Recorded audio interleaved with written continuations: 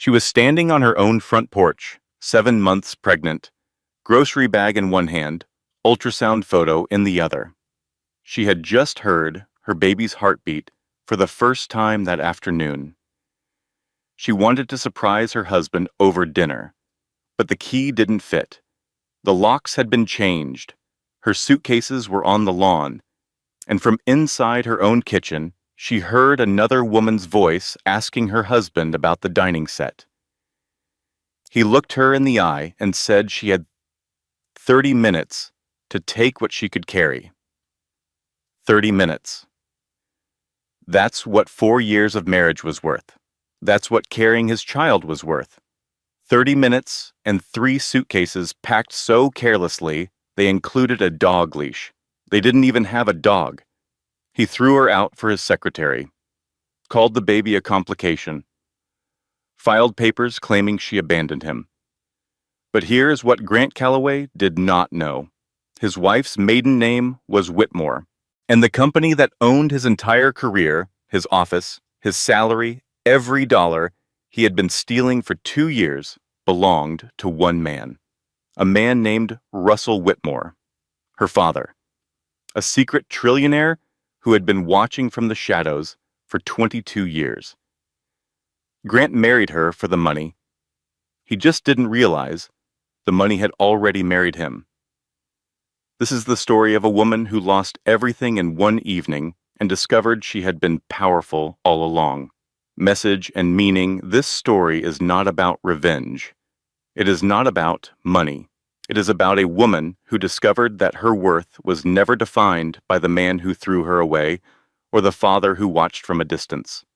Her worth was built in silence, in struggle, in the kitchen at 3 a.m, folding baby clothes because it was the only thing she could control. If you have ever been made to feel invisible, if you have ever been underestimated, if you have ever been someone's plan instead of someone's love, this story is your reminder. You were never the backup plan.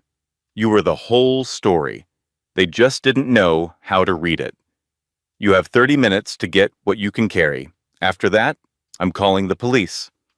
Grant Calloway stood in the doorway of the house they had shared for 4 years. His jaw was set. His eyes were flat. He wore a charcoal suit Ellery had never seen before, Italian cut, slim lapels. The kind of suit a man buys when he is trying to become someone new. Ellery stood on the porch with her car keys in one hand and an ultrasound photo in the other. She was 7 months pregnant. Her back ached from the drive home. Her feet were swollen. She had spent the last hour at Dr. Marsh's office listening to the steady whoosh of her baby's heartbeat. She had asked the receptionist to print an extra copy of the ultrasound so she could surprise Grant over dinner. She tried the key again. It did not fit. Grant, what are you talking about? I changed the locks this morning. He said it the way someone says they changed the oil. Routine, necessary. My attorney will send paperwork to whatever address you end up at. The porch light buzzed. A moth bounced against the glass. The evening air smelled like fresh-cut grass. Somewhere on the street, a neighbor's sprinkler clicked in steady rhythm. Ellery looked past Grant into the foyer. 3 suitcases sat near the door. Hers, packed carelessly. A sleeve of her favorite cardigan hung out of the zipper like a trapped hand waving for help. I don't understand, she said.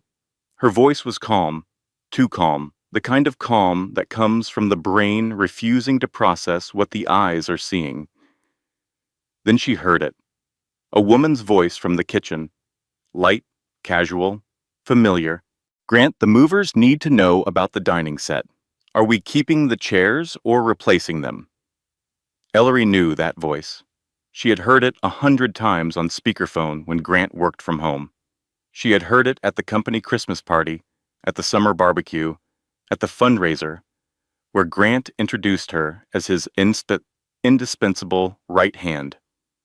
Dominique Pratt, his secretary. The world tilted. Ellery grabbed the porch railing. Her belly tightened. A sharp, squeezing cramp rolled across her abdomen. Braxton Hicks. Stress response. Her body understood what her mind was still refusing. How long? Ellery whispered. Grant crossed his arms. That's not relevant. How long, Grant? I've been unhappy for years, Ellery. The pregnancy was a mistake. We both know that. Dominique and I have an understanding. She gets me in ways you never could. The ultrasound photo was still in her hand. She had planned to tape it to the refrigerator. She had planned to make his favorite pasta. She had planned to tell him the baby was measuring perfectly, right on track, healthy and strong. She looked down at the grainy image. A tiny profile, a nose, a hand curled near a chin. Her phone buzzed, a text from Bev Calloway, Grant's mother. It's for the best, dear. You were never quite right for this family. Ellery read it twice. The words blurred. She blinked, read it again. Across the street, Pastor Dennis Oakley had stopped walking his dog. He stood on the sidewalk, watching. His German shepherd sat obediently at his heel. The pastor took one step toward the house. Ellery got in her car before he could reach her. She drove 3 blocks, pulled over on a side street lined with oak trees. The engine idled. The air conditioning hummed. Her hand sat on her belly. She had nowhere to go. She checked her phone. Lock, unlock, lock, unlock. Waiting for a message that said, "Come home." Waiting for the words, "I am sorry." Waiting for the call that would tell her this was a cruel joke, a misunderstanding, a nightmare she would wake from any moment. The phone stayed dark. She sat there for 11 minutes. She counted each one on the dashboard clock. Then she called Sloane Mercer, her best friend since college. Her voice came out broken and strange. "Sloane? Ellery? What's wrong?" He threw me out. Silence. "I'm coming," Sloane said. "Don't move." Ellery waited. The streetlight above her flickered. The oak trees rustled. A cat crossed the road in no particular hurry. She opened one of the suitcases in the back seat. Grant had packed it himself. She found her winter coat crammed next to a summer dress. A single running shoe with no match. 3 books she had already donated to the library last month. And a dog leash. They did not have a dog. He had packed so carelessly, so indifferently. He had grabbed things from the closet without looking. He had not checked drawers or shelves. He had simply filled 3 bags with whatever his hands touched and set them by the door. The way you pack when you are throwing something away. She held the dog leash. She started laughing. Then the laughing became something else. The ultrasound photo lay on the passenger seat. A perfect profile. A tiny hand. She never got to show him. Sloane's headlights appeared in the rearview mirror 22 minutes later. Sloane parked behind her, got out, opened Ellery's door, looked at her face. "Tell me everything," Sloane said, "and then I'm going to tell you something about Grant Calloway that you should have known a long time ago." Sloane's apartment smelled like eucalyptus and old books. She was a divorce attorney, a good one. Her bookshelves were lined with family law textbooks and framed photos of friends she had helped put their lives back together. She made Ellery chamomile tea, set it on the coffee table, sat across from her on the floor because Ellery had taken the only comfortable chair and Sloane did not want to make her move. "Drink that," Sloane said. "All of it." Ellery wrapped her hands around the mug. The warmth was the first thing that had felt real in 2 hours. "How long have you known?" Ellery asked. Sloane took a breath. 6 months. 6 months. I saw them at Luca's, that Italian place on 7th. It was a Tuesday. I was meeting a client. Grant and Dominique were at a corner table. She had her hand on his knee. He was feeding her dessert off his fork. Ellery closed her eyes. Tuesday nights. Grant always worked late on Tuesdays. Board meetings, he said. Strategy sessions. Important dinners with investors. She had believed every single one. Why didn't you tell me? You were 5 months pregnant, Ellery. Your blood pressure was already high. Dr. Marsh had you on modified rest. I was terrified that the shock would hurt the baby.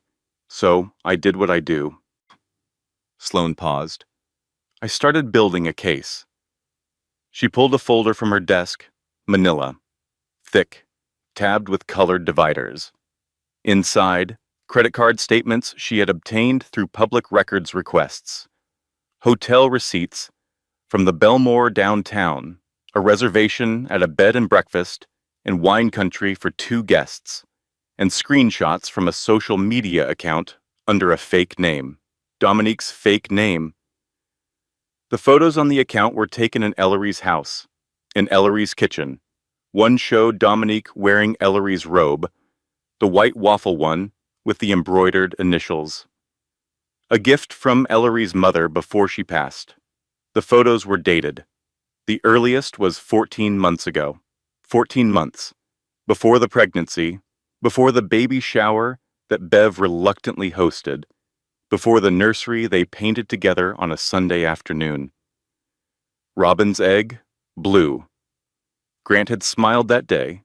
He had kissed the top of Ellery's head and said, "This is going to be the best room in the house." 14 months ago, he was already sleeping with Dominique. He knew about the affair when Ellery told him she was pregnant. He stood in their bathroom. She held the test with shaking hands. He cried. He said, "Oh my God." He said, "We are going to be a family." He poured sparkling cider because she could not have champagne, all while sleeping with his secretary. "God," Ellery whispered. Not a prayer, an exhalation. I knew, somewhere underneath everything, I knew, every time he turned his phone face down on the table, every time he came home, smelling like different soap, every single time he said, "Don't wait up." I knew. She pressed her palms against her eyes. "I'm not crazy," she said. Her voice was low and hard. "I was never crazy." Every instinct I doubted. Every gut feeling I talked myself out of. It was all right. Sloane let her sit with that. Did not rush in with comfort or strategy. Just let the truth settle. After a while, Ellery asked the question that had been forming since the porch. Why me? Why did he marry me? I'm a freelance graphic designer. I've never had money. My father left when I was 8. My mother raised me alone on a nurse's salary. There's nothing to gain from being with me. Sloane sat forward. Her eyes narrowed the way they did in depositions when she was circling something. That's the part I haven't figured out yet, she said. Grant pursued you, Ellery. Hard. Do you remember? The charity gala. He tracked you down. He asked about your work. He asked about your family. He asked about your father. Ellery remembered. The gala had been 3 years ago. She was designing invitations for the event. Grant approached her near the silent auction table. He was charming, specific. He asked questions nobody else had ever bothered with. Where did you grow up? What does your father do? Do you have siblings? Are you close with your family? At the time, she had thought he was genuinely interested. Now those questions felt like an interview, a background check dressed up as flirtation. He targeted you, Sloane said. I'm sure of it. I just don't know why yet. That night, Ellery could not sleep. She lay on Sloane's guest bed. The sheets smelled like lavender detergent. The baby kicked against her ribs. She picked up her phone, scrolled through old photos, their wedding day, the honeymoon in Savannah, the pregnancy announcement, Grant's hand on her belly, his grin. She zoomed in on his eyes, searched for the lie. Was it there in the wedding photos? Was it there the day they moved in? Was it there the morning he brought her breakfast in bed and said, "You are my whole world"? She deleted 3 photos, then retrieved them from the deleted folder. deleted them again, retrieved them again, put the phone face down on the nightstand, picked it up, put it down. At midnight, Sloane's phone buzzed in the next room. Ellery heard her get up, heard her pace, heard her say a word that divorce attorneys probably should not say out loud. Sloane appeared in the doorway. Her face was tight. Grant just filed an emergency motion. He's claiming the house, but still Bavis, but both cars, all joint accounts. She paused. And Ellery, he's listed grounds for divorce as abandonment. He's saying you left him. The ceiling fan turned above the bed, around and around. Ellery watched it. A moth had gotten inside and was circling the light. He threw me out, Ellery said. He changed the locks while I was at my doctor's appointment. I know, and we're going to prove it. But right now, on paper, Grant Calloway is telling the court that his pregnant wife walked out on him, and his mother is telling everyone else the same thing. The fan clicked. The moth circled. The baby kicked. Ellery put her hand on her stomach and felt the small, sharp jab of a heel or an elbow. A tiny person, fully formed, waiting to arrive in a world that had just turned upside down. Then we need to tell the truth louder than they can lie, Ellery said. The next morning, Sloane worked the phones, filed counter-motions, requested an emergency hearing, drafted affidavits. She moved through the legal system like a woman who had done this 100 times, because she had. But she was worried. She told Ellery over coffee at the kitchen table. Grant works for Whitmore Holdings, massive company, deep pockets. Their legal team has 40 attorneys. I'm one person with a paralegal who works Tuesdays and Thursdays. Ellery wrapped her hands around her mug. Whitmore Holdings? That's the parent company. They acquired Calloway Partners about 8 months ago. Grant's been walking around the office like he owns the place. But technically, he's an employee now. The holding company calls the shots. Whitmore. The name landed differently than it should have. It sat in her chest, familiar, uncomfortable, like a word on the tip of her tongue. Whitmore was her maiden name, before she took Calloway, before she became Grant's wife and Grant's project and Grant's carefully constructed accessory, Ellery Whitmore. She said nothing to Sloane, not yet. It was probably a coincidence. Whitmore was not an uncommon name. There were Whitmores everywhere, in phone books and on mailboxes and carved into headstones in every cemetery from Maine to California. But that night, after Sloane fell asleep, Ellery sat on the bathroom floor with her laptop balanced on her knees and typed 2 words into the search bar. Whitmore Holdings. The company had no public face, no smiling founder on the About page, no headshot in the annual report, just layers of corporate structure. Shell companies nested inside shell companies.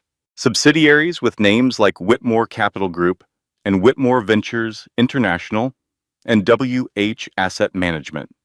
The portfolio was staggering. Real estate across 12 states, technology firms, energy companies, a shipping logistics operation, financial services.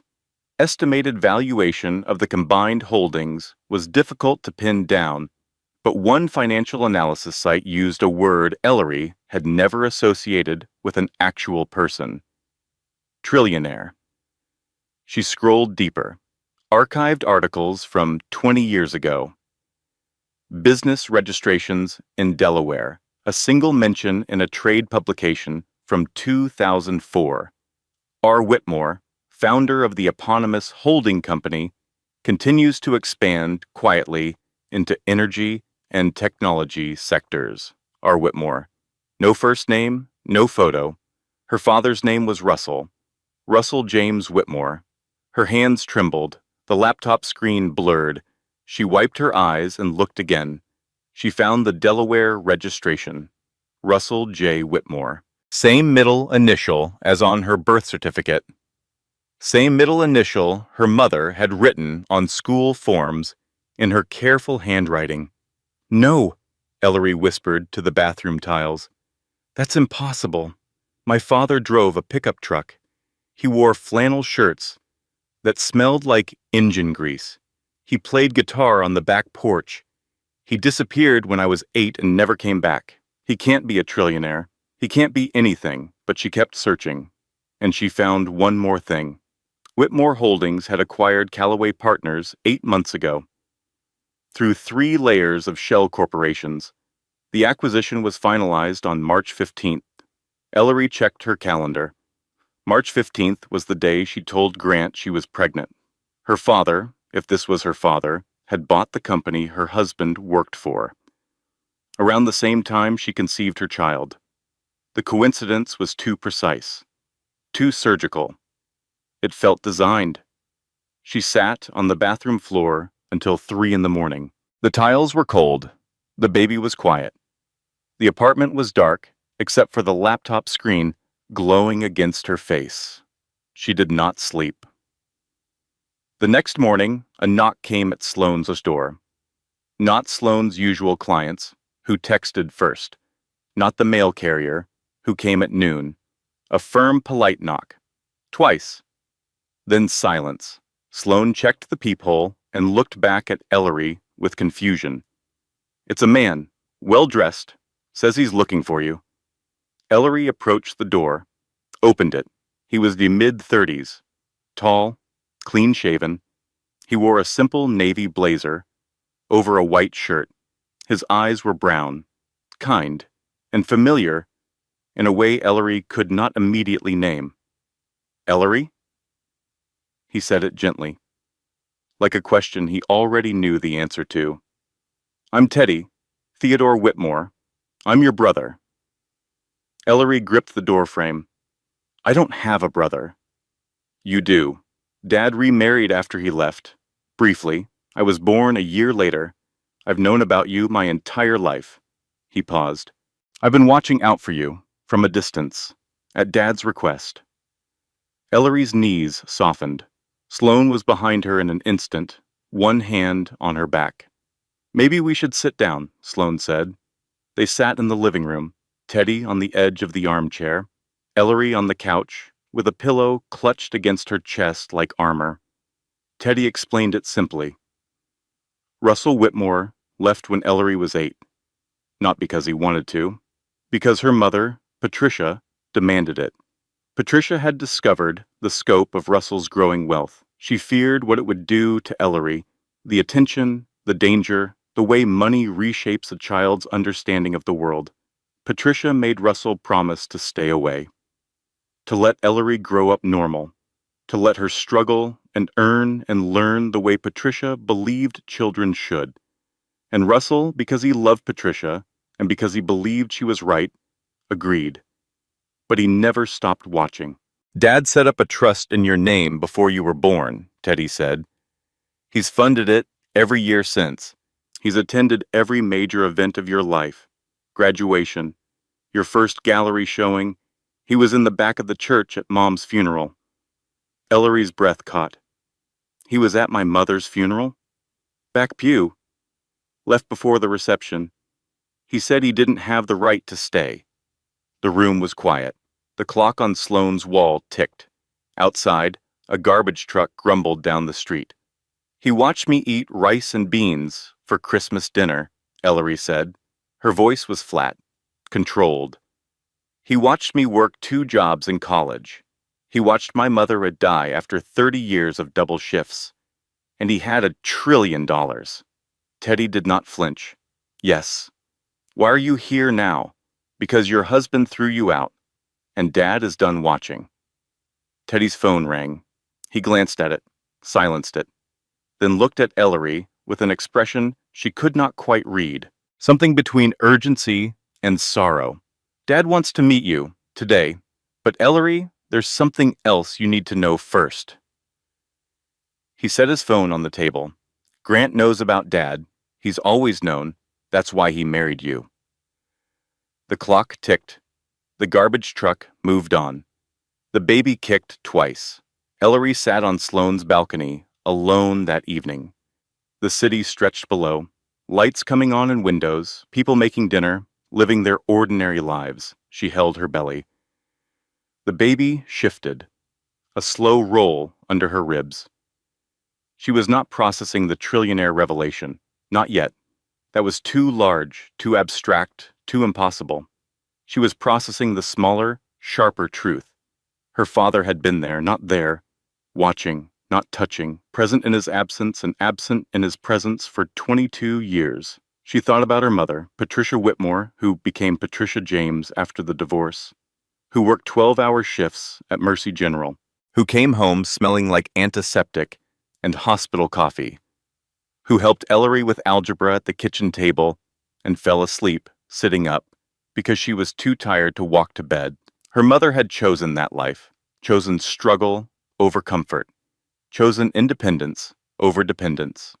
And Russell had let her. Ellery did not know if that was love or cowardice. Maybe it was both. She did not cry. She was too confused to cry. She just sat, and the baby kicked again. And the city lights came on one by one, like slow, blooming stars. The meeting with Teddy continued the next morning. Sloane made them all sit at the kitchen table like civilized people. She put out orange juice and toast. Nobody ate. Teddy opened his laptop. He had files, organized, dated, color-coded. He was methodical in a way that reminded Ellery of no one in her family. Then she realized he had probably learned that from Russell. "Grant didn't meet you by accident," Teddy began. 3 years ago, he approached Dad's company for investment capital. Callaway Partners was struggling. Grant needed cash. He submitted a proposal to Whitmore Holdings. It was rejected. "Why?" Sloane asked. "Because the financials were inflated. Grant was already cooking the books before the acquisition. Dad's team flagged it immediately." Teddy pulled up a timeline on his screen. 2 months after the rejection, Grant hired a private investigator. The investigator's report is in this folder. He turned the laptop toward Ellery. "The subject of the investigation was you." Ellery read the first page.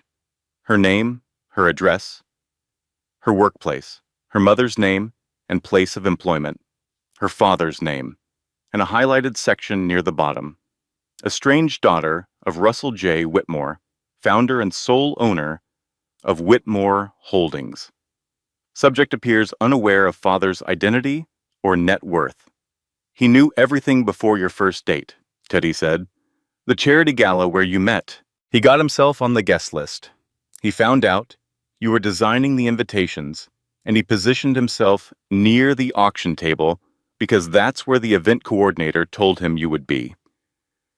Ellery remembered that night, the way Grant had appeared beside her as if drawn by gravity, the way he had asked about her family with such warmth, such interest, the way he had leaned in when she talked about her father leaving, the sympathy in his eyes, the hand on her shoulder. "He married me for access," she said, not a question.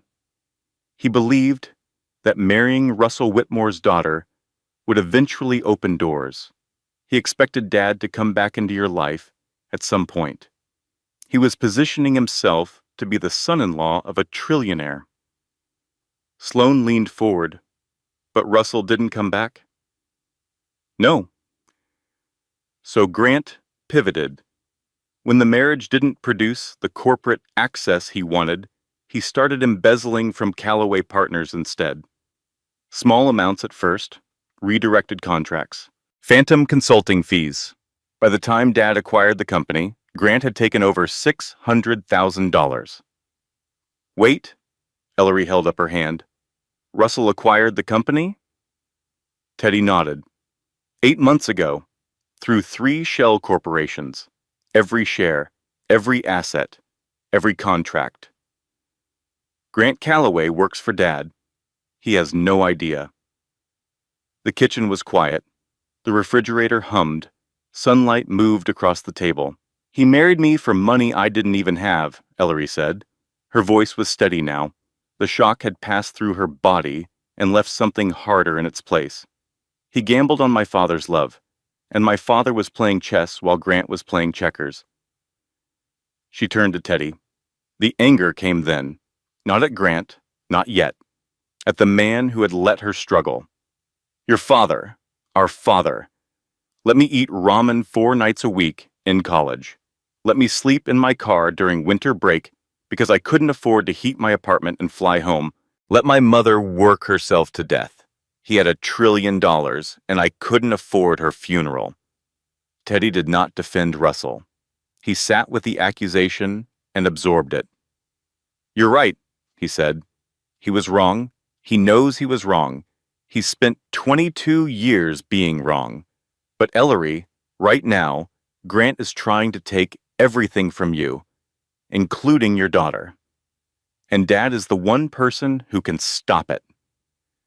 Sloan pulled the legal files into the center of the table. Here's the situation. Grant has frozen your joint accounts, filed abandonment claims. His company's legal team, which is ironically funded by Whitmore Holdings, is burying me in motions. He's also pushing a narrative that you're unstable, hormonal, unfit for custody. His lawyers are being paid with my father's money, Ellery said, to use against me. That's the situation. Ellery looked at Teddy, then at Sloan, then at the ultrasound photo pinned to Sloan's refrigerator with a magnet shaped like a strawberry. I deserved better, she said quietly. Better than being someone's business plan. Better than being a line item in a con man's spreadsheet. I deserve to be loved for who I am, not for who my father might be. She stood, walked to the window. The street below was ordinary. Cars, people, a woman pushing a stroller, a man carrying grocery bags. Set up the meeting, she said. I'll see Russell, but on my terms, not his. That afternoon, Ellery went to the grocery store. She needed prenatal vitamins. She walked the aisles slowly, one hand on the cart, one hand on her belly. She found the vitamin aisle, stood there, stared at the shelves. She could not remember which brand she used. She had taken the same vitamins every morning for 7 months. She could picture the bottle on the bathroom counter. The one in the house she could no longer enter, but the name was gone. The color of the label was gone. Everything was gone, except the row of identical bottles staring back at her. Tears fell into the shopping cart, silently. She did not wipe them. A woman in scrubs paused beside her. Are you okay, honey? Yes, Ellery said. I'm fine. Thank you. She was not fine. She bought the wrong brand. Did not notice until she was back at Sloan's apartment, holding the unfamiliar bottle, reading a label that belonged to someone else's routine. She took them anyway. The baby did not care about brand names. That evening, Grant called. His name on the screen made her stomach drop. Sign the settlement, Ellery. His voice was boardroom smooth, practiced. Take the $30,000 and walk away. You have no assets, no income, no family. Don't make this ugly. She almost agreed. The exhaustion was unbearable. 7 months pregnant, living on her best friend's couch, fighting a man with unlimited resources and no conscience. Then Teddy texted her a photo. It was Russell, sitting in what appeared to be a modest office. Wood desk, simple chair. On the wall behind him hung a framed photo. Ellery squinted, zoomed in. It was her, at her college graduation, cap and gown, smiling at someone in the audience she could not see. He had been there. In the back row, she had looked out at the crowd that day and felt the absence of family like a cold draft. Her mother was working. She had no one in the seats. But he was there. She just never knew. She did not respond to Grant. Pastor Dennis Oakley called the next morning. His voice was deep and deliberate, a voice accustomed to speaking to people in crisis. Mrs. Calloway, I was there Tuesday evening. I saw everything. I saw your husband put suitcases on the porch. I saw you arrive home from what appeared to be a medical appointment. I saw you leave in distress. I have lived on Maple Drive for 31 years. and I have never seen anything like what I witnessed. Ellery sat on the edge of Sloane's guest bed. Why are you calling me, Pastor? Because Bev Calloway is telling a very different story, and I don't abide liars. He had already spoken to 3 neighbors. The Andersons at number 44, who saw Grant carrying boxes out before Ellery arrived. The retired teacher at number 48, who heard Grant shouting through the open window. And the mail carrier, who noticed the locks being changed that afternoon. I'll put it in writing, Pastor Oakley said. I'll say it under oath, and I'll say it on the evening news, if it comes to that.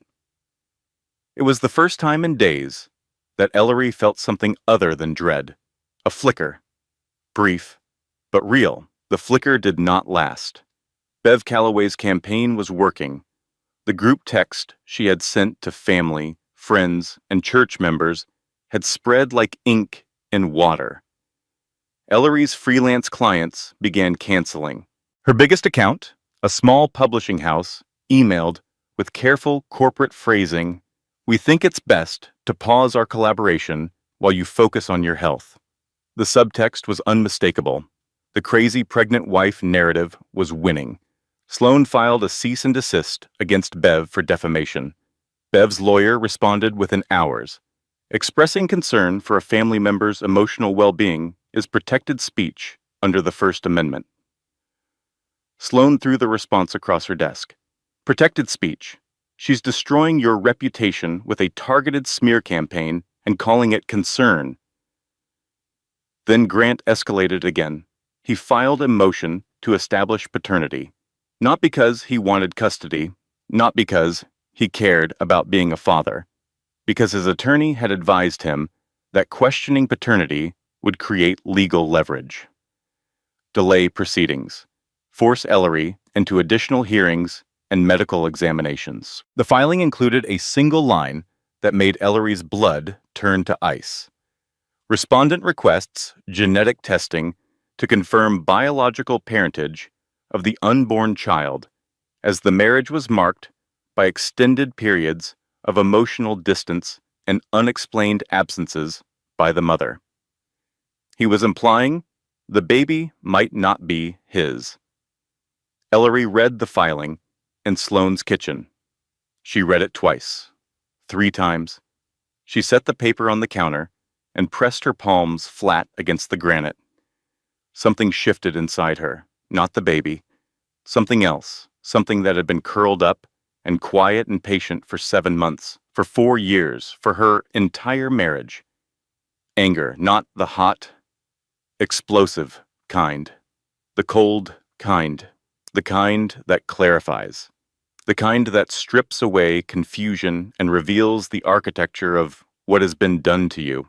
He threw me out carrying his child, Ellery said.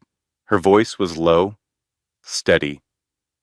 And now he's questioning whether the baby is his, not because he believes it, because hurting me is a strategy, because I am not a person to him, I am a problem to be managed. She picked up her phone and called Teddy. Set up the meeting. Today. The restaurant had no prices on the menu. Ellery noticed this as she was led to a private room in the back. The tablecloth was white linen, the glasses were crystal. The air smelled like rosemary bread and expensive butter. Russell was already there. He stood when she entered. He was 62, silver hair, a face that had been weathered by something other than sun. He wore a simple button-down shirt, no tie, no watch, no cufflinks. He looked like someone's quiet, unremarkable grandfather. His eyes filled when he saw her. He did not approach. He did not reach for her. He waited. Ellery sat down across from him. The chair was soft leather. The napkin was cloth.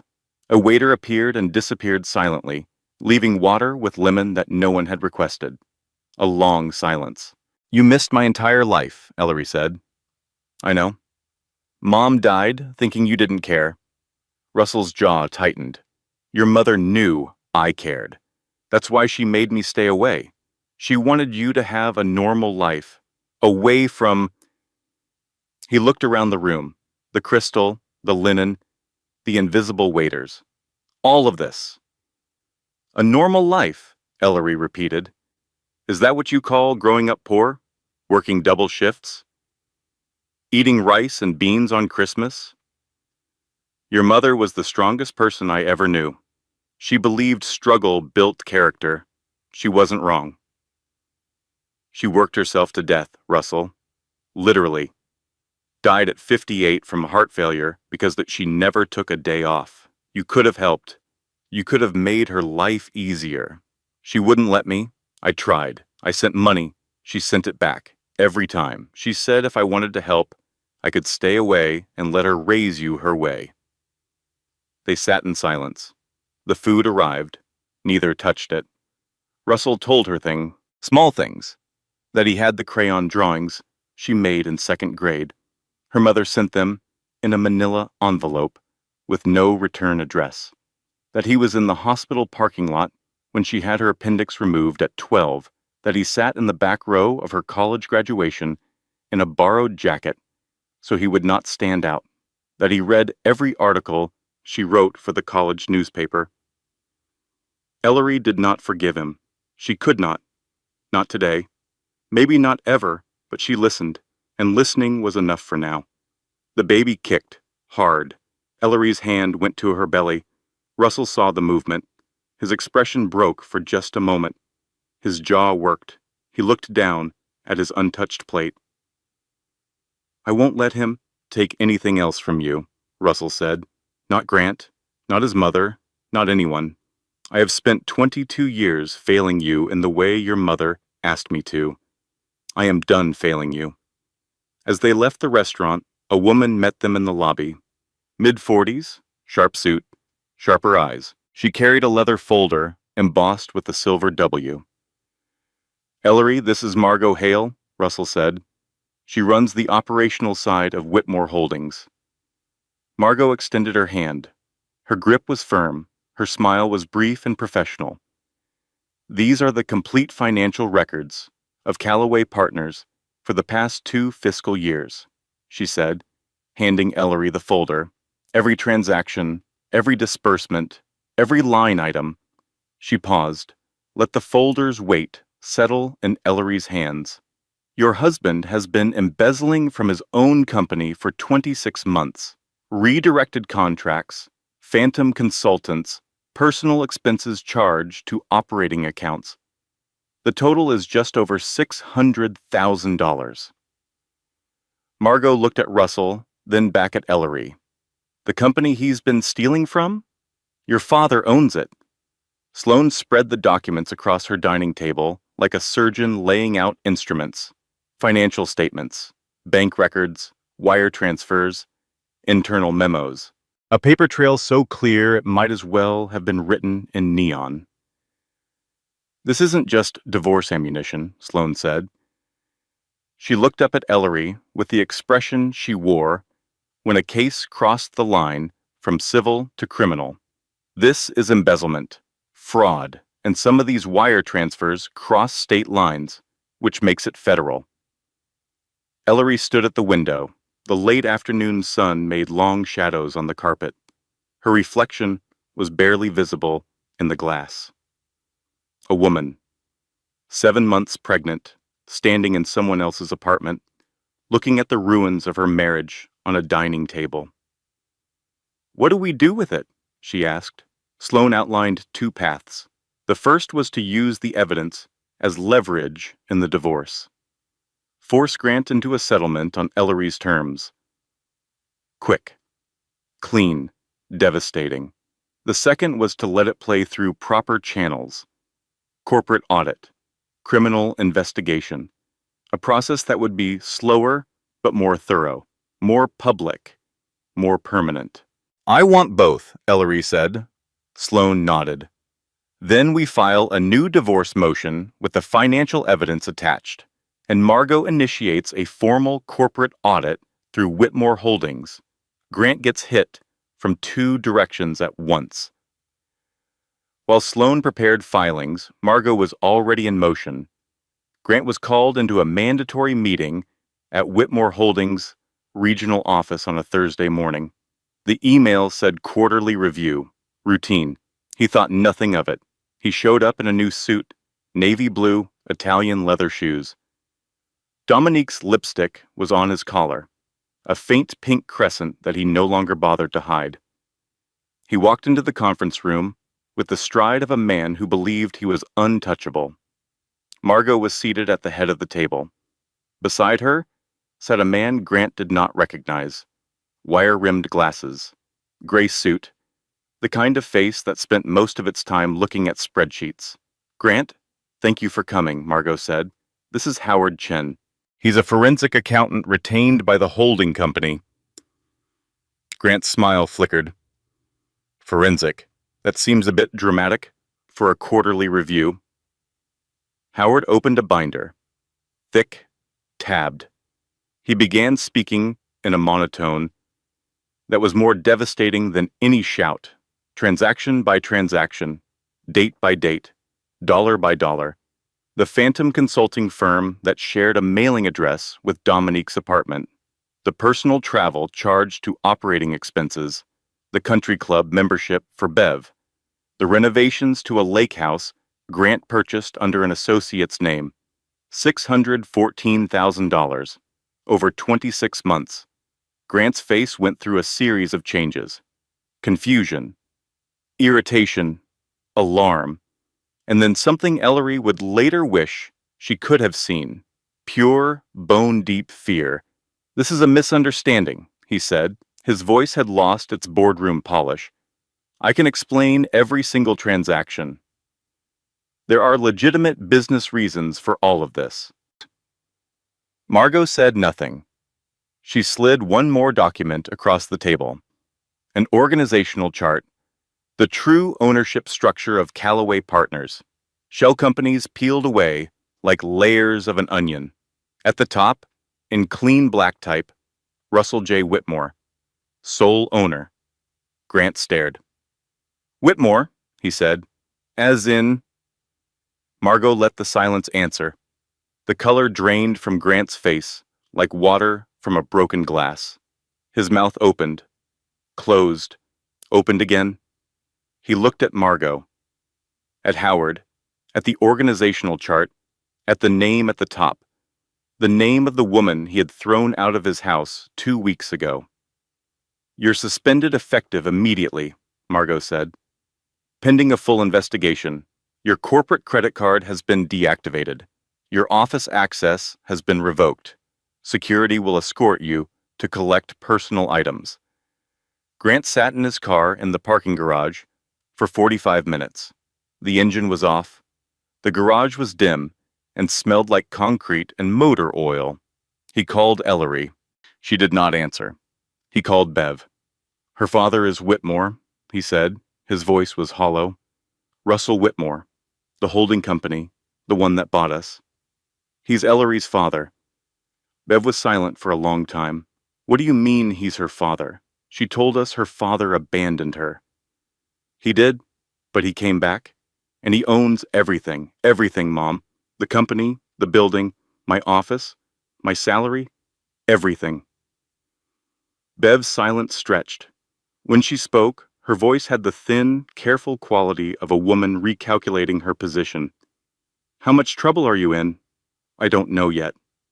"Then stop calling me and call your lawyer." She hung it up. Across town, Ellery sat in Sloane's guest bedroom. It was 3 in the morning. The apartment was dark, except for the lamp beside the bed.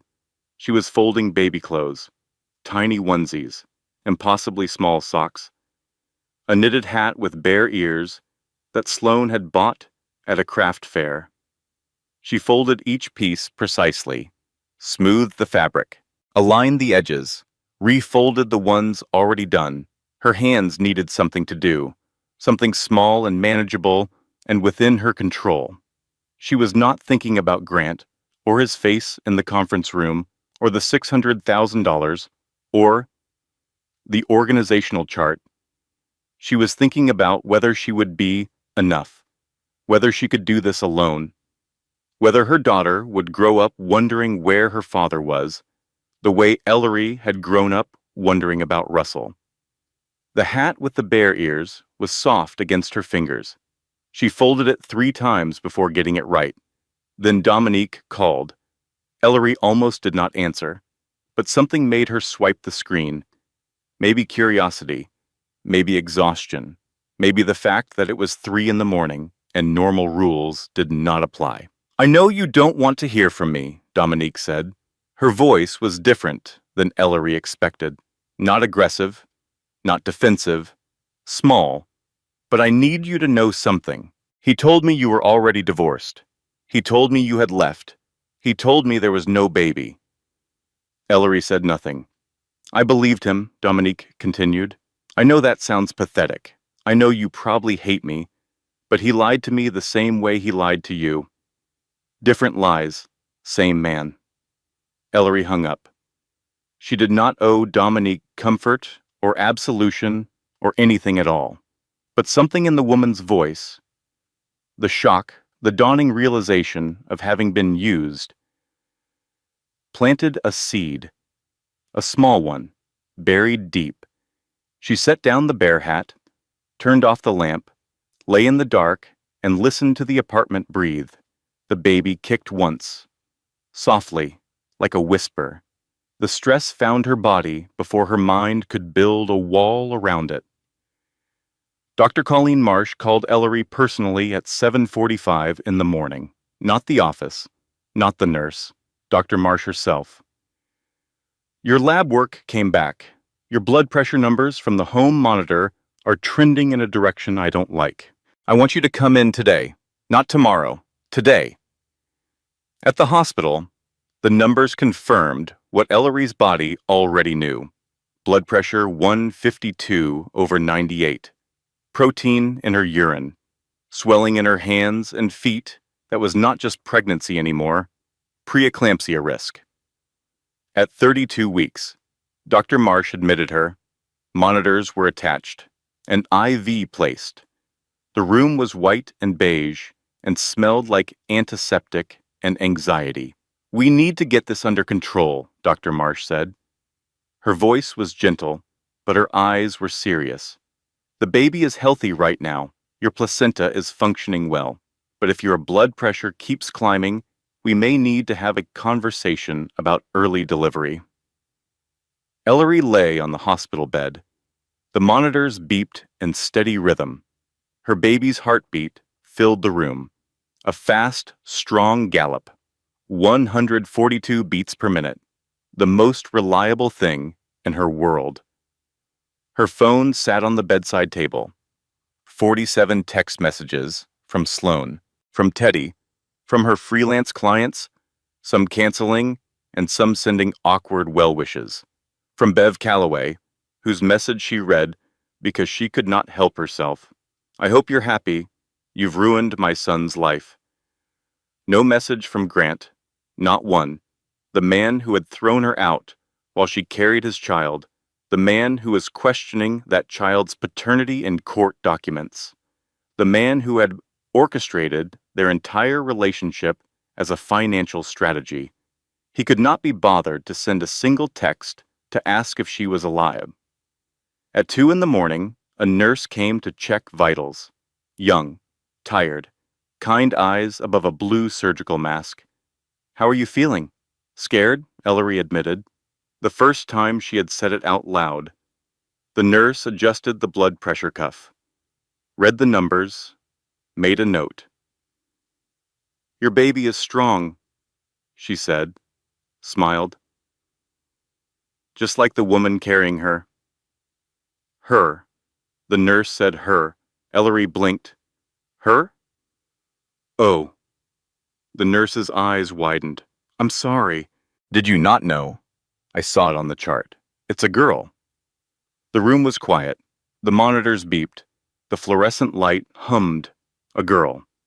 She was having a daughter. Ellery put both hands on her belly, felt the baby move, a slow roll, a stretch, a tiny person turning in her sleep. "I will not let my daughter's first story be that her mother was thrown away," Ellery whispered. Not to the nurse, not to anyone, to herself, to the small, sleeping girl inside her. Teddy arrived in the morning. He sat in the chair beside the bed and said nothing inspirational. Did not offer platitudes. Did not tell her it would be okay. He held her hand while the monitors beeped and the IV dripped, and the hospital moved around them like a machine that never stopped. He brought a book of crossword puzzles. They worked 3 of them in silence, 7 across, 5 letters, meaning to persist. Ellery wrote, "Endure." The court hearing was in 2 days. Sloan called from her car between filings. Grant's legal team is arguing that Russell's corporate actions constitute harassment and intimidation. They're framing Ellery as a puppet of a vindictive billionaire who's using his resources to destroy an ordinary husband. The judge assigned to the hearing had been flagged by Sloan's research, a former golfing partner of Bev Calloway's late husband. Not an automatic disqualification, but not ideal. Sloan fought. She presented evidence, witnesses, financials. But the judge was cautious. He ordered a temporary freeze on any corporate action against Grant pending a full review. Russell's chess move was blocked. Temporarily, but blocked. Ellery received the news in her hospital bed. The blood pressure cuff tightened on her arm. The number climbed, 158 over 100. Russell called. His voice was calm, controlled, the voice of a man who had navigated 1,000 corporate battles and lost none of them. This is one battle, not the war. He's panicking. Panicking people make mistakes. We wait. I'm in a hospital bed, Russell. My blood pressure is through the roof. My daughter might come early. I don't have time to wait. Silence on the line. Then quietly, I know. I'm sorry. She filled out a hospital form that evening. Emergency contact. Her pen moved automatically to write Grant Calloway. Muscle memory. 4 years of training. She stopped, looked at the name half-formed on the line, crossed it out so hard the pen tore through the paper. She wrote, Sloan Mercer stared at the crossed-out name for a long time, the ghost of a husband she never really had. Pastor Oakley visited the next afternoon. He brought daisies from his garden and a notarized statement in a manila envelope. I've written down exactly what I saw that evening, he said. He placed the envelope on her bedside table. Date, time, weather conditions, the suitcases on the porch. Your husband standing in the doorway. You arriving from a medical appointment. 3 neighbors have agreed to corroborate. Mrs. Anderson, Mr. Petrie, the mail carrier, Dwayne. He sat down. His German shepherd, he explained apologetically, was waiting in the car. That woman Bev is telling people you left, he said. I watched your husband put your belongings on the lawn while you were coming home from a doctor's appointment. 31 years I've lived on that street. I know what I saw, and I'll say it under oath, in a deposition or on the 6 o'clock news, whatever you need. After he left, Ellery's phone chimed. An email from an address she did not recognize. It was Dominique, a long email, detailed, structured, written by someone who had spent days thinking about what to say. She had been Grant's secretary for 2 years. He pursued her, took her to lunch, called her brilliant, told her his marriage was over, his wife was unstable, they were already separated. He said there was no baby. 3 weeks ago, Dominique found a folder in Grant's desk, labeled Whitmore Project. Inside, printed research on Ellery's family. Russell Whitmore's corporate structure diagrammed on graph paper. A timeline. Handwritten notes in Grant's precise script. Phase 1, courtship. Phase 2, marriage. Phase 3, leverage. Whitmore connection. Phase 4, extract value. Dominique had not understood it at the time. She did now. I was part of his plan, she wrote. Not a person, a prop. The attractive secretary on his arm for the executive life he was building on stolen money and a manipulated marriage. I'm willing to testify to everything I've told you. And there's one more thing. At the bottom of the email was an audio file. Ellery pressed play. Grant's voice, clear, confident, the voice he used in meetings, the voice she once found attractive. Ellery was never the plan. Ellery was the access point. Once I get what I need from her father's company, she's out. The baby just complicated the timeline. The recording ended. The hospital room was quiet. The monitors beeped. The IV dripped. Ellery played it again, and again, 3 times. Then she set the phone down, put her hands on her belly, felt her daughter move, and something inside Ellery Whitmore, something that had been bending for months and years and a lifetime, did not break. It straightened. Dr. Marsh released her 4 days later. Blood pressure stabilized. Baby healthy. Strict orders: reduce stress, rest. Return immediately if symptoms reoccurred. Ellery went back to Sloane's apartment, sat on the couch, looked at the ultrasound photo on the refrigerator, looked at the legal files on the dining table, looked at the audio file on her phone. She listened to Grant's recording one more time, calmly, the way a doctor reads a scan, clinical, assessing, not searching for pain, searching for information. Ellery was never the plan. Ellery was the access point. She set the phone down.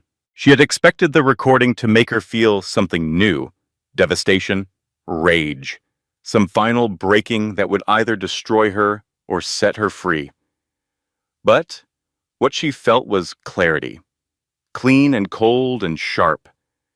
She was never a wife. She was an investment vehicle, a means to an end, a name on a document that connected Grant Calloway to Russell Whitmore's money.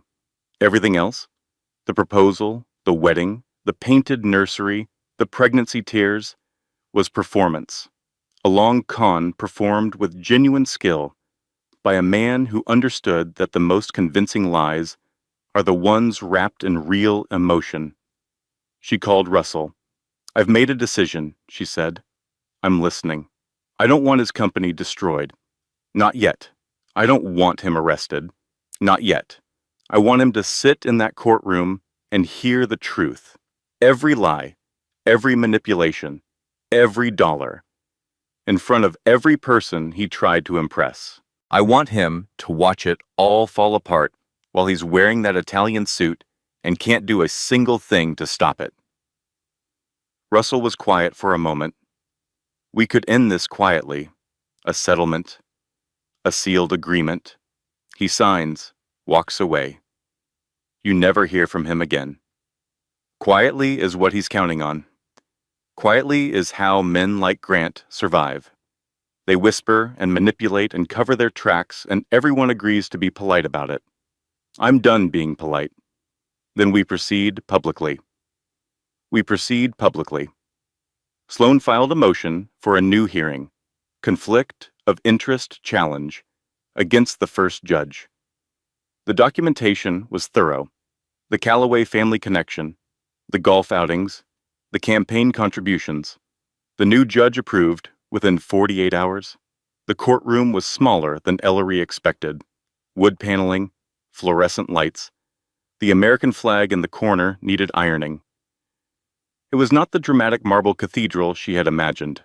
It was an ordinary room where ordinary people came to divide their lives into before and after.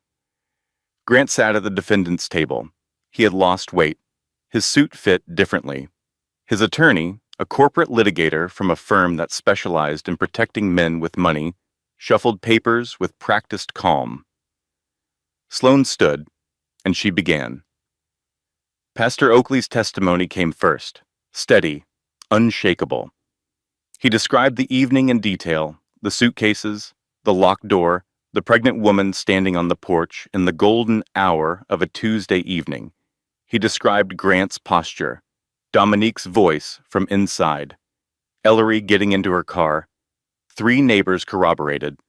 Mrs. Anderson saw Grant carrying boxes out of the house at 2 in the afternoon. Mr. Petrie heard shouting through his kitchen window. The mail carrier, Duane, confirmed the locksmith had arrived at noon. Then the financial evidence. Howard Chin, the forensic accountant, took the stand. He presented 26 months of embezzlement in the same devastating monotone that had emptied the color from Grant's face, transaction by transaction, shell account by shell account. $614,000 redirected from a company Grant did not own to accounts he controlled. Grant's attorney objected 7 times. Each objection was overruled, then the recording. Dominique's voice on the stand was quiet but clear. She described how she found the Whitmore Project folder, how she slowly understood what Grant had done, how she obtained the recording from a voicemail Grant had left for a college friend, bragging about his strategy. The audio played in the courtroom. Grant's voice filled the room. Ellery was never the plan. Ellery was the access point. Once I get what I need from her father's company, she's out. The baby just complicated the timeline. The courtroom was silent. The judge's pen stopped moving. Grant's attorney stared at the table. Grant looked straight ahead. His face was a mask. But his hands, flat on the table in front of him, were trembling. The judge's ruling was swift. Full financial disclosure ordered from Grant. Temporary restraining order, emergency spousal and child support, and a formal referral to the district attorney's office for the embezzlement. Outside the courthouse, gray sky. The parking lot smelled like wet asphalt. Ellery walked toward the elevator, Sloane beside her. Teddy waiting at the car. Grant caught her at the elevator bank. He stepped around to call him. Up close, she could see the damage. The circles under his eyes, the razor nick on his jaw, the wrinkled collar. Ellery, please, his voice cracked. I made mistakes, terrible mistakes, but you know I love you. This your father, the money, it doesn't have to change us. We can start over. She looked at him, really looked, not through the lens of the woman who had loved him, not through the fog of 4 years of carefully constructed intimacy. She looked at him the way Sloane had taught her to read a contract, clause by clause, word by word. She did not see the man she married. She saw the man he had always been. You called our daughter a complication, she said, on a recording, while planning how to use me and throw me away. The elevator doors opened. She stepped inside. Goodbye, Grant. The doors closed. She drove back to Sloane's apartment, but she took a detour, down Oak Street, past the old neighborhood, past her mother's house. Someone else lived there now. Different curtains in the windows, yellow instead of white. A child's bicycle lay on its side in the front yard. The garden that Patricia had tended every Sunday was overgrown. Ellery parked across the street, did not get out, just looked, her mother's kitchen window, where Ellery used to sit doing homework while Patricia made dinner after a 12-hour shift. The steam from the stove, the smell of chicken and rosemary, the sound of her mother humming something without melody, just sound, just presence. She sat there for 5 minutes. The baby shifted, a slow turn. Then she started the car, pulled away from the curb, did not look in the rearview mirror. She was smiling, not because the sadness had left, but because something else had arrived beside it. Something that felt like the beginning of something she did not yet have a name for. That evening, she baked her mother's banana bread. From memory, 2 overripe bananas, a cup and a quarter of flour, half a cup of brown sugar, 1 egg, a quarter cup of melted butter, a pinch of cinnamon that Patricia always called a generous pinch, which meant half a teaspoon at least. The apartment filled with the smell, sweet, warm, familiar.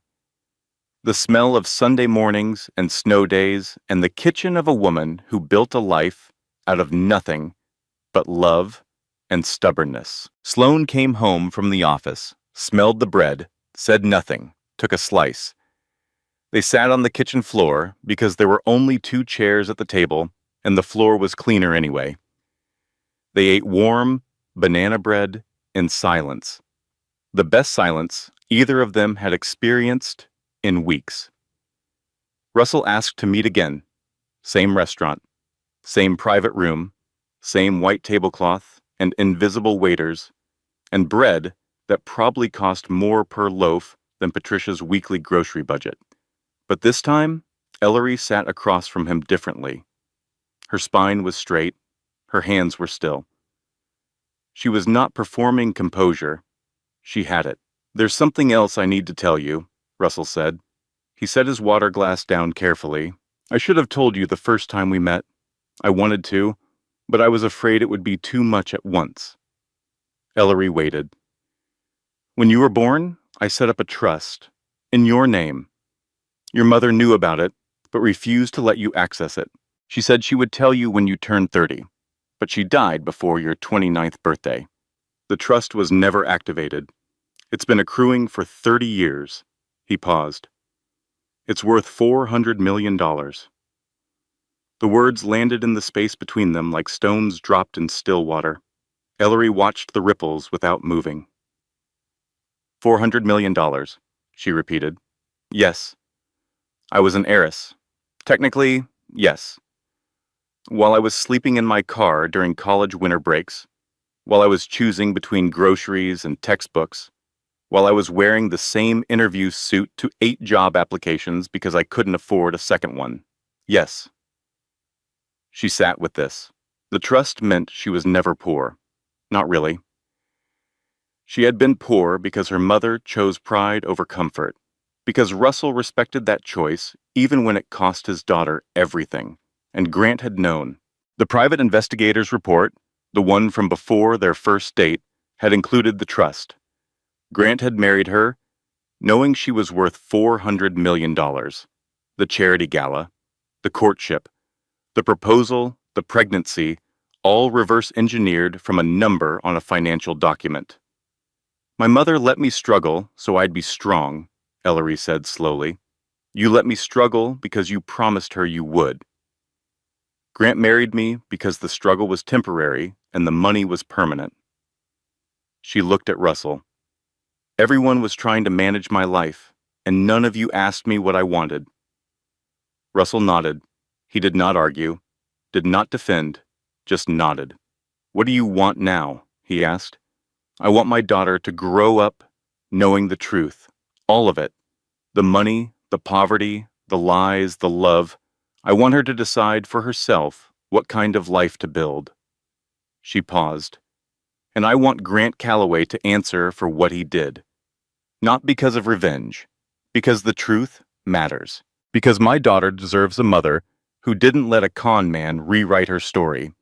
The legal machinery moved with the precision of systems designed for exactly this kind of reckoning.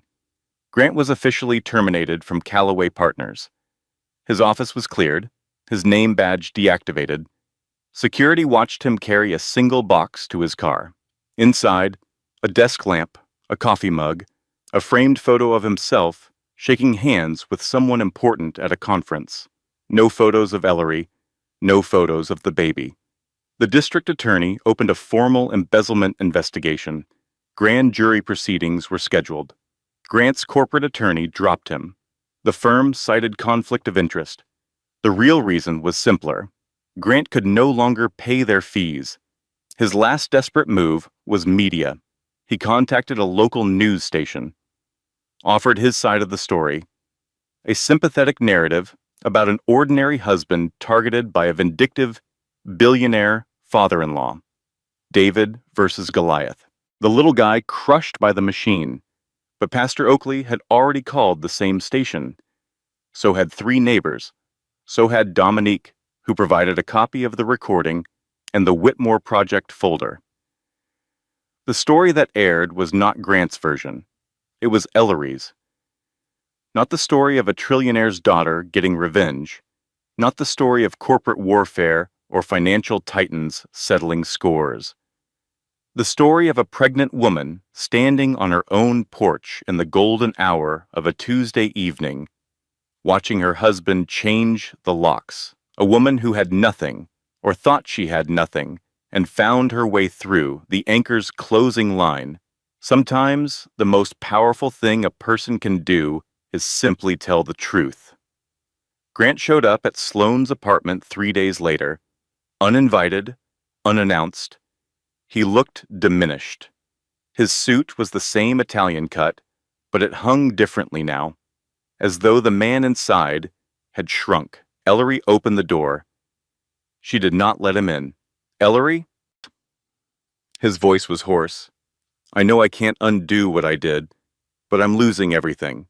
The job, the house, probably my freedom. I have nothing." Ellery leaned against the doorframe. She was 33 weeks pregnant. Her back hurt. Her ankles were swollen. She was tired in a way that sleep could not fix. "Now you know how it felt," she said. Standing on that lawn, 3 suitcases packed by a man who didn't bother to check what he was grabbing. 7 months pregnant, nowhere to go. "You had everything that evening, Grant. The house, the car, the secretary, the plan, but you also had me, and you threw me away." He started to cry. The tears looked real. Maybe they were. Maybe Grant Calloway was capable of genuine emotion when the emotion was about his own suffering. Maybe self-pity and remorse looked the same from the outside, but felt completely different from the inside. Ellery had learned to tell the difference. "I hope you get help," she said. She meant it. "I hope you talk to someone, a therapist, a counselor, someone who can help you understand why you did what you did. But you are not my problem anymore, and you are not my project, and you are not my lesson to learn." She closed the door. Softly, without anger, the click of the latch was quiet, final. She did not need his apology.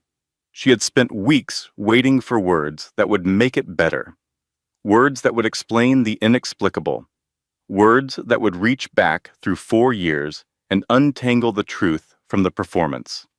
Those words did not exist. No combination of syllables could undo what was done. The only permission she needed was her own. Permission to stop waiting. Permission to move forward. Permission to build a life that did not include Grant Calloway in any chapter. That evening, she and Russell sat on Sloane's tiny balcony. The same balcony where she had sat, in shock weeks ago, staring at the city lights and trying to remember how to breathe. The city was the same. The lights were the same. She was different. "I'm not going to call you Dad," she said. "I know. I might never call you Dad. I know that too. But I'd like my daughter to know her grandfather. If you can promise me one thing." "Anything. Be present. Not from a parking lot. Not through shell companies. Not through trusts and private investigators and brothers I didn't know I had. Present, in the room, at the table, holding her when she cries, teaching her things, being there the way you weren't there for me." Russell's chin trembled. He looked out at the city, the lights blurred through his eyes. "I promise," he said. His voice broke on the second word. It was the first promise he had made to Ellery in 22 years. She did not know yet if he would keep it, but she knew something she had not known before. She knew she was willing to find out. 6 weeks later, Ellery moved into her own apartment. It was small, 1 bedroom, hardwood floors that creaked in the hallway, a kitchen window that faced east, which meant morning sunlight. The rent was paid with money from the trust. Her first withdrawal in 30 years. Just the security deposit and first month. Nothing more. She wanted to earn the rest. She set up a desk in the corner of the living room, laptop, monitor, drawing tablet. Her freelance business, which had hemorrhaged clients during Bev's smear campaign, was slowly rebuilding. Her first new project was a pro bono job, branding and design for a nonprofit called Fresh Inc., which helped women restart their careers after domestic crises. The irony was not lost on her. She was designing hope for women in the same situation she had been in 8 weeks ago. Teddy came over on Saturday mornings. He brought terrible coffee from a gas station 2 blocks away. Ellery pretended to like it. She did not like it. It tasted like motor oil strained through a gym sock. But Teddy drove 20 minutes to bring it and the act of pretending was a form of love she was learning to recognize. They were building something, not the sibling relationship either had imagined, not the instant bond of shared blood and childhood memories, because they had no shared childhood, something different, awkward, honest. Two adults sitting on a second-hand couch, eating gas station donuts, and trying to figure out how to be family when neither of them had a template. You know, you could have a penthouse, Teddy said one morning, gesturing at the apartment. I don't want a penthouse. You could have a house, a car, staff. I want a kitchen window that faces east. I have that. He shook his head, smiled, ate another donut. The legal aftermath unfolded in stages. The divorce was finalized on a Wednesday. Ellery wore a navy dress. Sloane wore her best courtroom suit. Grant wore the look of a man who had exhausted every strategy and every excuse. Ellery took nothing from Grant. Not the house, not the car, not the retirement account he had already drained. She did not need to. She had the trust. She had her work. She had her freedom. She requested sole custody, which the court granted without contest given the evidence of financial fraud. The abandonment, the recorded statement calling the baby a complication. Grant's final statement in court was delivered in a voice Ellery barely recognized, thin, quiet, stripped of charm. I loved her. In my own way, I loved her. The judge looked at him over the rim of her reading glasses. She was a woman in her late 50s with silver hair and the particular expression of someone who had heard every version of that sentence.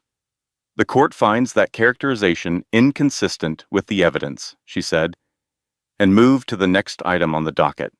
Bev Calloway had stopped speaking to Grant publicly. The church friends she had rallied with her group text had seen the news story. Pastor Oakley had given a sermon that Sunday about truth and accountability. He did not mention names. He did not need to. Dominique had moved to Portland. She sent Ellery one final email. I'm starting over. I hope you are too. Ellery did not respond. But she did not delete the message. Grant was indicted on 12 counts of embezzlement and 2 counts of wire fraud. His court-appointed attorney requested a plea bargain. The district attorney was considering. Ellery did not follow the criminal case closely. That chapter of her life was closed. Not with a slam, with a quiet click, like the latch on Sloane's door the last time she spoke to Grant. The baby arrived on a Tuesday morning, early, 37 weeks. The sun was just coming up when Ellery's water broke in the kitchen. She was making oatmeal. The pot boiled over at the same time. She turned off the stove, called Sloane, grabbed her hospital bag, and walked to the car with the careful, deliberate steps of a woman who had rehearsed this moment 100 times in her mind. Sloane drove. Badly, but fast. The delivery took 14 hours. Sloane was in the room. Teddy was in the waiting room. He paced a trench in the linoleum. A nurse finally told him to sit down before he wore through to the basement. Russell was in the parking lot. Old habits. Ellery sent a nurse to get him at 4:17 in the morning, 43 minutes after the baby was born. There's a man in the parking lot, she told the nurse. Silver hair, probably sitting in a very unremarkable car. Tell him his granddaughter is here.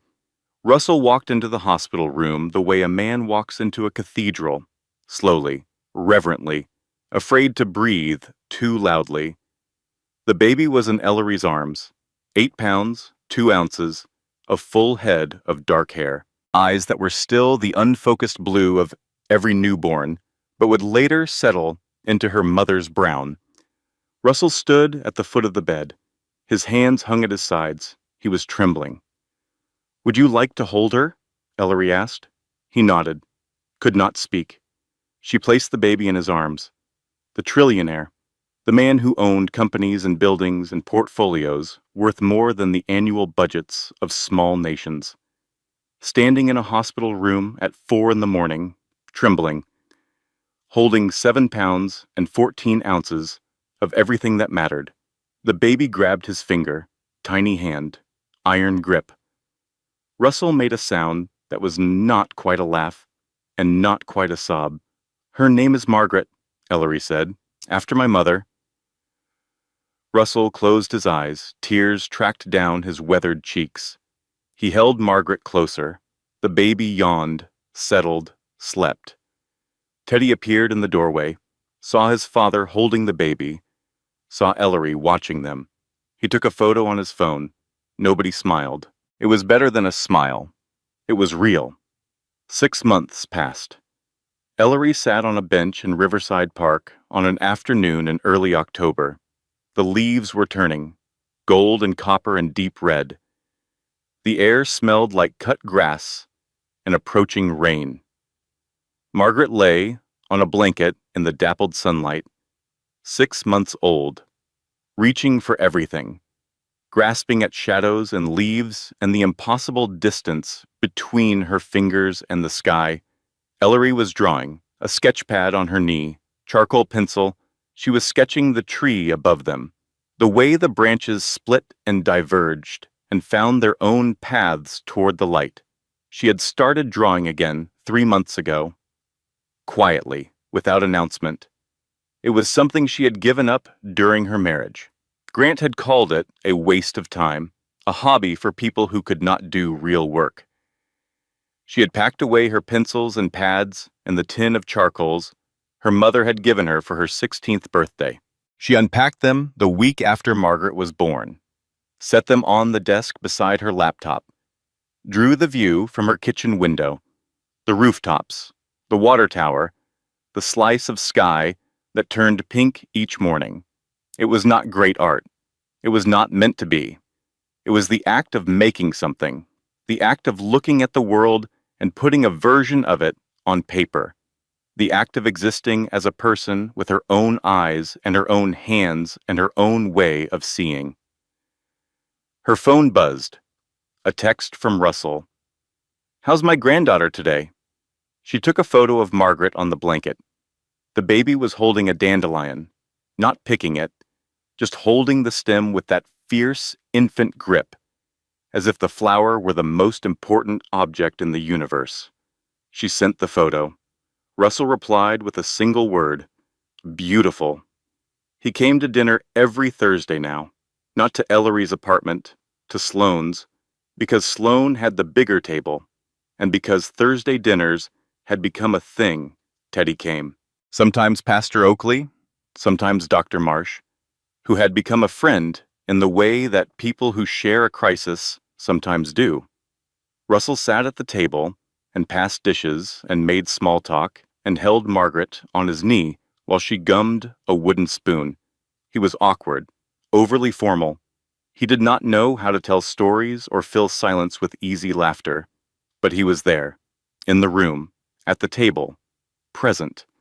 He was keeping his promise. On the bench beside Ellery, a woman sat down, young, maybe 25. She held a toddler on her hip. The child was squirming. The woman's hair was unwashed. Her eyes were red. She bounced the toddler with the automatic rhythm of someone who had not stopped moving in days. Ellery recognized the look, the tension in the jaw, the quick glances around the park, the way the woman held the child close, not just with love, but with the particular intensity of someone who is afraid of what happens if she lets go. The woman caught Ellery looking, flushed, looked away. "Tough day?" Ellery said.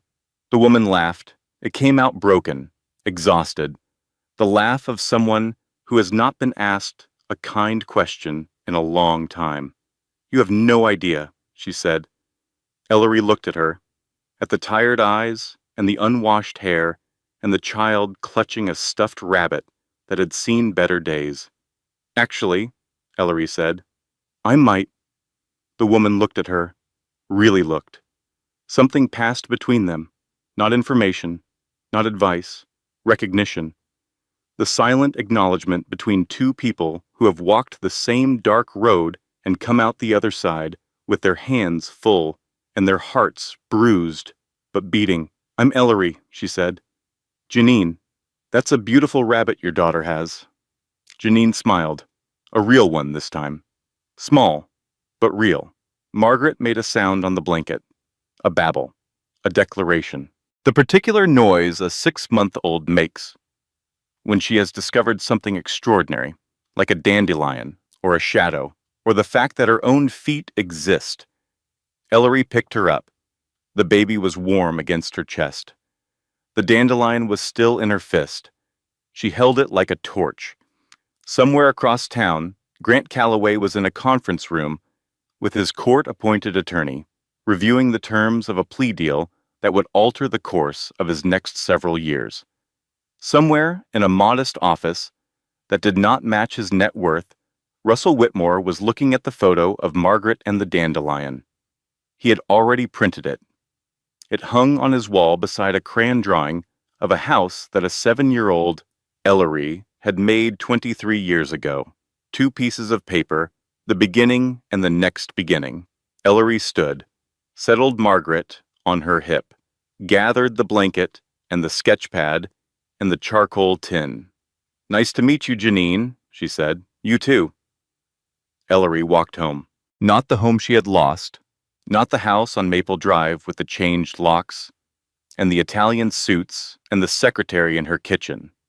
Not the guest bed at Sloane's apartment, or the hospital room where her blood pressure climbed.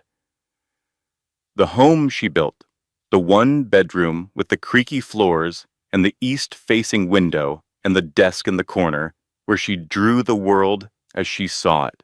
The afternoon light was golden. Margaret reached for it. Her small hand opened and closed, grasping at something she could not hold. The dandelion seeds had scattered somewhere between the park and the sidewalk, gone, carried on a breeze that Margaret had made with her own small breath. Ellery did not look back. She walked forward, into the light, into the home she built, into the life that was hers. The dandelion seeds drifted, found the cracks in the sidewalk, settled in the soil, and waited to grow. If this story touched something in you, if it reminded you of your own strength or someone you love, leave a comment and tell me. Share it with a friend who needs to hear it today. Hit that subscribe button so you never miss a story like this. And if you are going through your own storm right now, just know you are not alone. We are here every single week with stories that see you. Closing disclaimer. This content was carefully researched, developed, and manually edited by our team to deliver meaningful storytelling with real emotional value and life lessons for our audience.